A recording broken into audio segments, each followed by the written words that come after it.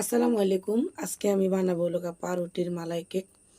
এই মালাই কেকটা এতটা পরিমাণ মজা, এতটা পরিমাণ টেস্ট হয় যে আমরা যে বাজার থেকে যে ক্ষীরমোহন মিষ্টিগুলা কিনে খাই, মূলত এটার টেস্ট সেম এরকম, এতটা পরিমাণ মজা হয়। ফার্স্ট আমি এখানে ক্যারামেলটা বানিয়ে নিব। এখানে ক্যারামেল বানানোর জন্য চিনি আর পানি দিয়ে দিছি। দিয়ে খুব সুন্দর করে আমি এটা ক্যারামেল করে নিব। আপনারা যদি ক্যারামেলটা না করতে চান তাহলে এই পর্যায়ে শুধু এমনিও বানাতে পারেন ক্যারামেল ছাড়া। তো ক্যারামেল দিলে এটা দেখতে খুব সুন্দর দেখা যায়।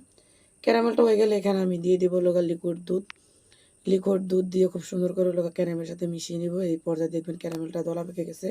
ভয় পাওয়ার কোনো কারণ নাই। দুধটা যখন বলক আসবে তখন ক্যারামেলটা খুব সুন্দরভাবে গলে যাবে।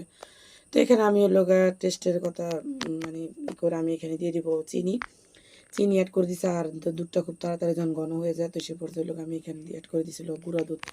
দিয়ে আমি অল্প কিছুক্ষণ সময় এটাকে জাল করে নিব। একদম জাল করে এটাকে ঘন করার দরকার নেই মালাইটা। তো অল্প কতক্ষণ সময় আমি এটাকে জাল করে নিব। জাল করা হয়ে গেলে এটাকে আমি নামিয়ে নিব। নামিয়ে এটাগুলোকে আমি খুব সুন্দর করে আবার এটাকে ঠান্ডা করে নিব। যেহেতু পাউরুটির ভিতরে এটা এত গরম গরম দিলে পাউরুটি খুব নরম হয়ে যায়। তো এখানে আমি 6 পিস পাউরুটি নিছি। 6 পিস পাউরুটির সাইডের যে অংশগুলো এগুলো আমি কেটে নিছি। কেটে নিয়ে আমি এখন যে মালাইটা বানাইছি এটা আমি উপরে থেকে ঢেলে দেবো। সেমভাবে আমি আরেকটা ইয়েতো দিয়ে দিব। তো এখানে আমি কিছু বাদাম দিয়ে দিছি।